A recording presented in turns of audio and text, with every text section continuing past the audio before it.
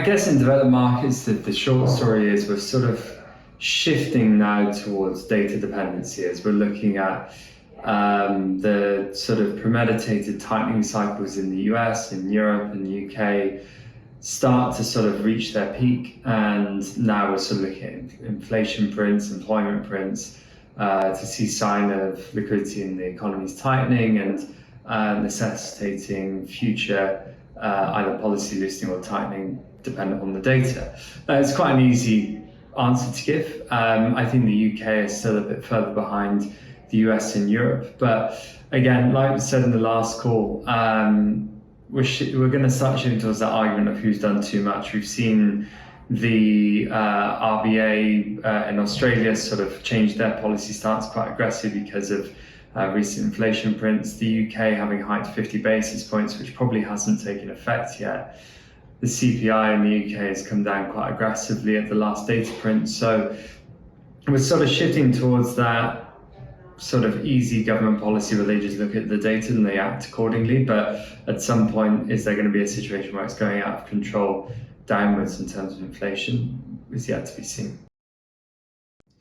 So I guess our key market at the moment, well, one of them is Nigeria. Since last spoke, we had their MPC meetings, a 25 basis point hike, with a sort of opening the door towards open market operations, so issuing treasury bills to tighten liquidity. But ultimately, it's not quite the big tightening in policy that we perhaps expected them to do to create a positive real interest rate environment. However, the acting governor sort of pointed towards, Shinobi sort of pointed towards the inflation needs to be fought with like structural fiscal measures rather than just whacking up rates, because that will be bad for the economy.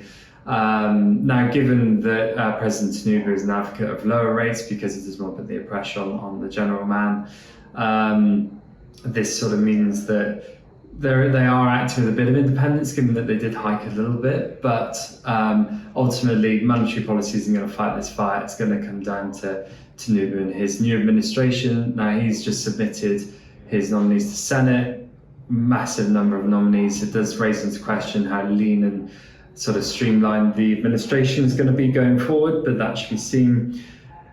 Question marks are still starting to be raised of like how the new fuel subsidy savings are actually going to be redispersed in the economy. New cost of savings plan that Tinubu announced recently falls some way short of the savings made. The clock's ticking. I mean, at some point, the general public are going to lose their patience because of their quality of life being sort of condensed even further.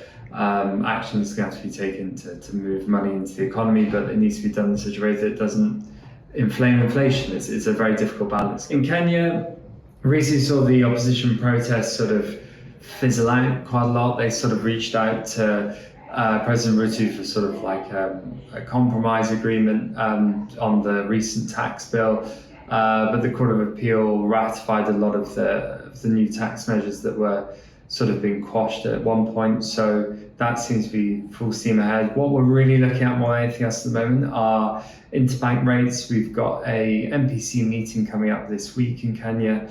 Interbank rates have gone from 9% to 17%, so that's overnight lending rates. Liquidity is incredibly tight. Is that going to necessitate a substantial hike in interest rates, like 400, 500 basis points out of nowhere, potentially?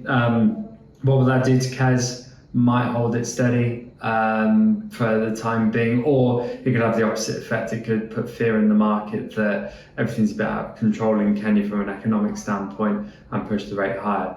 On Nigeria, for what it's worth, we've seen the spread between the official and the parallel rate widening further. The parallel went through 900 today. So again, there's pressure on both Kenya and Nigeria from the administration's point of view to start doing more rather than necessarily the central banks.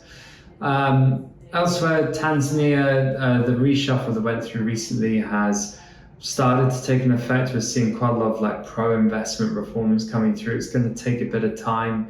There's a CPI print potentially this week, but CPI is already sort of under control from an inflationary standpoint relative to the rest of East Africa. So perhaps it's not so much for a big news, but that sort of government reshuffle is going to sort of lay out what the future is for Tanzania over the next sort of 18 to 24 months, and something we're going to be watching quite closely.